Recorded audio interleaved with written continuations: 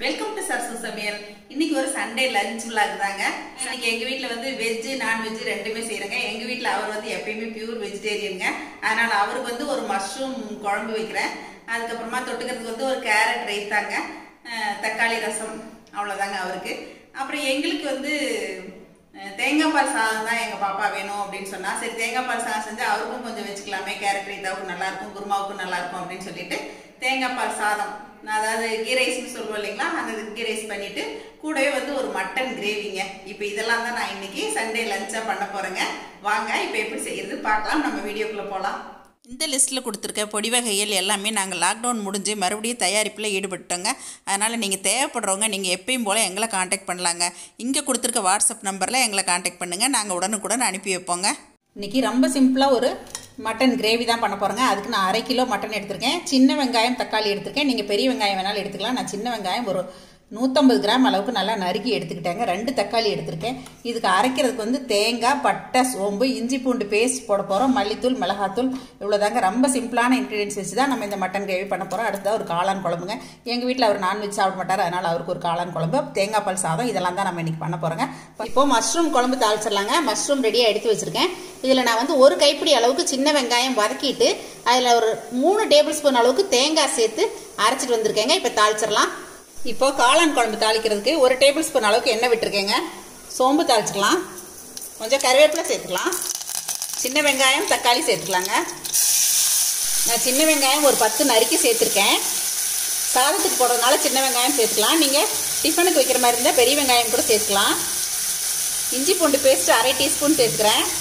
ஒரே ஒரு தக்காளி பெருசாக சேர்த்துருக்கேங்க. இப்போ இதில் வெட்டி வச்ச காளான் சேர்த்துடலாம். இல்லைன்னா கறிக்குழம்பு பொடி போட்டுக்கிறேங்க. இந்த ஒரு பொடி மட்டுமே போதும் நம்மளோட காளான் குழம்புக்கு. இந்த பொடி எங்களோட சரசு ப்ராடக்ட்ஸில் நாங்கள் வச்சுருக்கோங்க. மஞ்சள் தூள் சேர்த்தாச்சு. இப்போ ஒரு பெரட்டி விட்டுலாம். இப்போ பொடியெல்லாம் போட்டு ஒரு 2 நிமிஷம் வதக்கியாச்சுங்க. தேவையான உப்பு சேர்த்துக்கலாம். நம்ம அரைச்சி விட்டு தேங்காய் வெங்காய கலவை சேர்த்துடலாம். குழம்புக்கு தேவையான தண்ணி சேர்த்துக்கலாங்க. இதை நல்லா மிக்ஸ் பண்ணி விட்டுலாம். அவ்வளோதாங்க, இந்த மஷ்ரூம் குழம்பு 5 நிமிஷத்தில் ரெடி ஆகிடுங்க.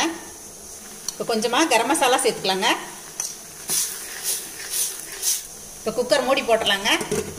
இப்போ வெயிட் போட்டுடலாங்க. ஒரே ஒரு சவுண்டு வந்தால் போதுமானது. இதுக்கிடையில் பக்கத்து அடுப்பில் ரசமும் தாளிச்சிட்டேங்க. பாருங்கள், சூப்பராக ரெடி ஆயிடுச்சு. சாதத்துக்கு ஏற்ற மஷ்ரூம் குழம்பு ரெடி ஆயிடுச்சுங்க.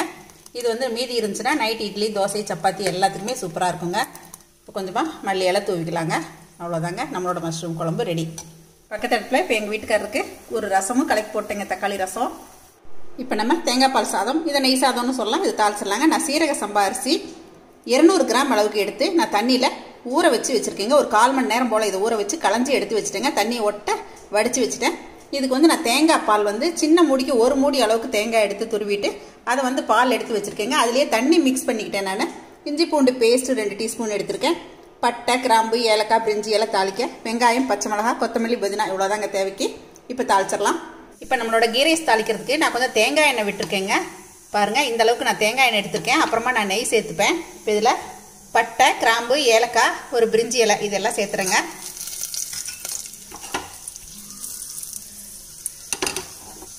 இப்போ இது பொரிஞ்சாச்சு. 3 பச்சை மிளகாய் சேர்த்துக்கலாம். பெரிய வெங்காயம் 3 கட் பண்ணி சேர்த்துக்கலாம். இந்த வெங்காயம் வதங்கும் போது ரொம்ப கறியிடாமல் வதக்கணுங்க. லேசாக கண்ணாடி பதம் வந்தால் போதுமானது. இந்த அளவுக்கு வந்தால் போதும், இல்லைன்னா சாதம் கலர் மாறிடும். இப்போது 2 டீஸ்பூன் அளவுக்கு இஞ்சி பூண்டு பேஸ்ட் எடுத்துருக்கேன், அதையும் சேர்த்துக்கிறேன். கொஞ்சமாக புதினா சேர்த்துக்கிறேன். கொஞ்சம் கொத்தமல்லி இலை சேர்த்துக்கிறேன். இந்த இஞ்சி பூண்டு பேஸ்ட் சேர்த்ததுக்கப்புறம் 1 நிமிஷம் வதங்கினா போதுமானது. தண்ணியோட தேங்காய் பால் அலசி வச்சுருக்கேங்க. இப்போ இஞ்சி பூண்டு பேஸ்ட் போட்டு 2 நிமிஷம் ஆயிடுச்சு. இப்போ இது சேர்த்துறேன்.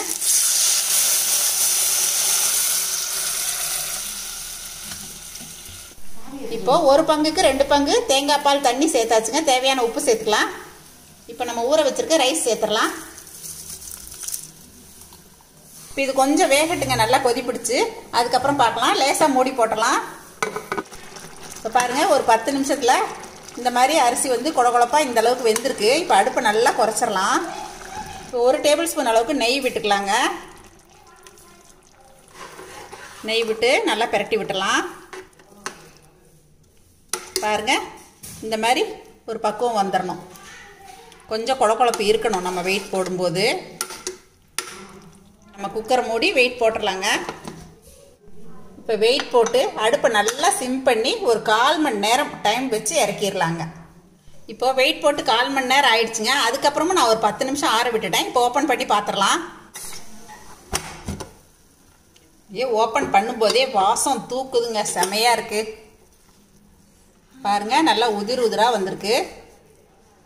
கொஞ்சம் கூட கீழே பிடிக்கவே இல்லை. உங்களுக்கு பார்த்தாலே தெரியும். சூப்பராக இருக்கு மாச்சி. எங்கள் குட்டிமா பக்கத்துலேயே இருந்துக்கிட்டு சூப்பராக இருக்க மாச்சி அப்படிங்கிறாங்க. பாருங்கள், நம்மளோட தேங்காய் பால் சாதம்னு சொல்லலாம், இதை கீ ரைஸ்னு சொல்லலாம். ரெடி ஆயிடுச்சுங்க. ஸ்மெல் நிறைய வருது. நல்லா வருதா? இப்போ கீழே இருந்து நல்லா பெரட்டி விட்டுக்கணுங்க. நல்லா குழையாமல் இந்த மாதிரி உதிரி உதிராக வர மாதிரி பெரட்டி விட்டுறணும். இப்போ அடுத்ததாக ஒரு மட்டன் கிரேவி நான் ஒரு குக்கரில் தான் தாளிக்க போகிறேங்க.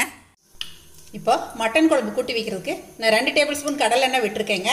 இப்போ நம்ம வெங்காயம் சேர்த்துக்கலாம். நம்ம ஃபைனலாக தான் தாளிக்க போகிறோம், அதனால் நான் பட்டை சோம்பெல்லாம் எதுவும் சேர்க்கலை. தக்காளி சேர்த்துடலாம். 2 தக்காளி சேர்த்துருக்கேன். வெங்காயம் இந்த மாதிரி கிரேவிக்கெல்லாம் கொஞ்சம் அதிகமாக சேர்த்தாதாங்க ரொம்ப நல்லாயிருக்கும். இப்போ இது ரொம்ப வதங்க வேண்டியதில்லை, நம்ம குக்கரில் தான் வேக வைக்க போகிறோம். இப்போ மட்டன் சேர்த்துடலாம். அதுங்க பீசஸ் இந்த மாதிரி நான் சின்ன சின்ன பீசஸாக எடுத்துருக்கேன். மஞ்சத்தூள் சேர்த்துக்கலாம். இது நல்லா பரட்டி விட்டுலாங்க. கிரேவிக்கு தேவையான உப்பு சேர்த்துடலாம். இஞ்சி பூண்டு பேஸ்ட்டு 1 டீஸ்பூன் சேர்த்துக்கலாம். இப்போ இதை ஒரு 5 நிமிஷம் வதங்கட்டுங்க. இப்போ ஒரு 5 நிமிஷம் வதங்கியாச்சு. பாருங்கள், அதுலேருந்து நல்லா தண்ணி விட்டு வருது. 1 டேபிள் ஸ்பூன் மல்லித்தூள் சேர்த்துக்கிறேன். கறிக்குழம்பு தூள் காரத்துக்கு தேவையான அளவு சேர்த்துக்கலாம். இது மல்லி மிளகாய் எல்லாம் சேர்த்து அரைச்சிருக்கேன். தனி மிளகாத்தூளும் கொஞ்சம் சேர்த்துக்கலாம். இதை நல்லா பரட்டி விட்டுலாம். இவ்வளோதாங்க, இதுக்கு தேவையான தூள் எல்லாமே சேர்த்தாச்சு. கரம் மசாலா மட்டும் ஃபைனலாக சேர்த்துக்கலாம். தேவைக்கு தண்ணி விட்டுக்கலாங்க. இப்போ கொஞ்சம் கொத்தமல்லி இலை போட்டு ஒரு 5 சவுண்டு விட்டு இறக்கிக்கலாங்க. 5 சவுண்டு வரட்டுங்க, பார்க்கலாம். இப்போ நம்ம கலக்கி வச்ச மட்டன் வெந்துருச்சுங்க. நான் 5-6 சவுண்டே விட்டுட்டேங்க. பாருங்கள், நல்லா வெந்திருக்கு. இப்போ நம்ம மறுபடியும் அடுப்பு பற்ற வச்சுக்கலாம். இப்போ நான் மறுபடியும் அடுப்பு பற்ற வச்சுட்டேங்க. நல்லா வெந்ததுக்கப்புறம் நீங்கள் கையில் நசுக்கி பார்த்தீங்கன்னாவே தெரியும், நல்லா வெந்திருக்கு. இது நான் பார்த்துட்டேங்க. இப்படி கையில் நசுக்கினீங்கன்னாவே நல்லா எலும்பு விட்டு வருங்க. இங்கே பாருங்கள், நல்லா வருது எலும்பு விட்டு. இப்போ நம்ம அரைச்சி வச்சுருக்க தேங்காய் கலவை இதில் சேர்த்துடலாங்க. நான் இதில் தேங்காய், பட்டை, சோம்பு மட்டும்தாங்க அரைச்சிருக்கேன். இது நல்லா மிக்ஸ் பண்ணி விட்டுக்கலாம். உங்களுக்கு நல்ல மட்டன் வெந்துருந்துச்சுன்னா இது நல்லா கொதிச்சதுக்கப்புறம் நீங்கள் குழம்பாவும் வச்சுக்கலாம். கிரேவி பதத்துக்கு வேணும் அப்படின்னா இன்னும் கொஞ்சம் நல்லா கெட்டியாக சுருளை விட்டு எடுத்துக்கலாங்க. கொஞ்சம் கரம் மசாலா சேர்த்துக்கலாங்க. இப்போ எனக்கு இன்றைக்கி கொஞ்சம் கிரேவி பதத்துக்கு வேணுங்க. தேங்காய் பால் சாதத்துக்கு அதுதான் நல்லாயிருக்கும். அதனால் நான் இன்னும் கொஞ்சம் நல்லா வதக்கிட்டு எடுத்துக்க போகிறேங்க. இப்போ பாருங்கள், நம்ம தேங்காய் விழுது சேர்த்ததுக்கப்புறம் இந்த அளவுக்கு வந்திருக்கு. ஒரு செமி சாலிட் கன்சிஸ்டன்சிக்கு வந்தாச்சுங்க. இது வந்து தேங்காய் பால் சாதத்துக்கு கூட்டி சாப்பிட்றதுக்கு ரொம்பவே நல்லாயிருக்கும். குழம்பும் இல்லாமல் கிரேவியும் இல்லாமல் இந்த பக்குவத்துக்கு வந்திருக்கு. நல்லா கொதிச்சாச்சு. இப்போ இதுக்கு ஃபைனலாக ஒரு தாளிப்பு கொடுத்துடலாங்க. நான் ஒரு கரண்டியில் எண்ணெய் விட்டு வச்சுருக்கேன். பட்டை, சோம்பு, கிராம்பு மட்டும் எடுத்துருக்கேன். இது தாளிச்சிடலாம். இதில் கொஞ்சம் கருவேப்பிலை சேர்த்துக்கலாம். இப்போ இதில் சேர்த்துடலாங்க. இப்போ இந்த தாளிப்பு இதில் நல்லா மிக்ஸ் ஆகணும் இல்லைங்களா? ஒரு 2 நிமிஷம் கொதி விட்டோன்னே இறக்கிடலாம் நம்ம. இப்போ இதிலேருந்து நல்ல எண்ணெய் பிரிஞ்சு வரணும் அப்படின்னா நீங்கள் ஒரு 2 நிமிஷம் மூடி போட்டுறணும். இப்போது 2-3 நிமிஷம் ஆயிடுச்சுங்க. பாருங்கள், நம்ம ஊற்றின எண்ணெயெல்லாம் நல்லா பிரிஞ்சு வந்திருக்கு. இப்போ அடுப்பை ஆஃப் பண்ணிடலாங்க. கொஞ்சமாக மல்லியெல்லாம் தூவிக்கலாம். இவ்வளோதாங்க. இப்போ பாருங்கள், சட்டுன்னு ஒரு மட்டன் கிரேவி ரெடிங்க. இப்போ பாருங்கள், சண்டே சமையல் எங்கள் வீட்டில் வெஜ்ஜு நான்வெஜ்ஜு ரெண்டுமே ரெடி ஆகிடுச்சுங்க. காளான் குழம்பு, தக்காளி ரசம், கேரட் ரைத்தா. இந்த கேரட் ரைத்தா எப்பயும் போல் தான் நான் வந்து தயிர் பச்சடிக்கு கேரட் போட்டு வெங்காயம், பச்சை மிளகாய் எல்லாம் போட்டு தயிரில் கலந்துருக்கேங்க. தேங்காய் பால் சாதம், மட்டன் கிரேவி, ஆனியன் ரைத்தா எல்லாமே இப்போ ரெடியாக இருக்குங்க. பிளான் பண்ணிவிட்டு செஞ்சோம்னா டக்குன்னு ஈஸியாக இந்த மாதிரி நம்ம பண்ணிடலாங்க. அப்புறம் அது இல்லாமல் எங்கள் வீட்டில் அவருக்கு கொஞ்சம் வடகம் பொரிச்சு வச்சுருக்கேங்க. கூடவே மாம்பழம் இருக்குது. இது எல்லாமே உங்களுக்கு ரொம்ப பிடிக்கும்னு நினைக்கிறேன். கண்டிப்பாக நீங்கள் வந்து ட்ரை பண்ணி பாருங்கள். இதை பார்த்துட்டு எப்பயும் போல் உங்களோட ஃபீட்பேக் சொல்லுங்கள், ஷேர் பண்ணுங்கள், சப்ஸ்கிரைப் பண்ணுங்கள். தேங்க்யூ. சரசு சமையல் பாருங்கள், சமையல் நல்லா பண்ணுங்கள்.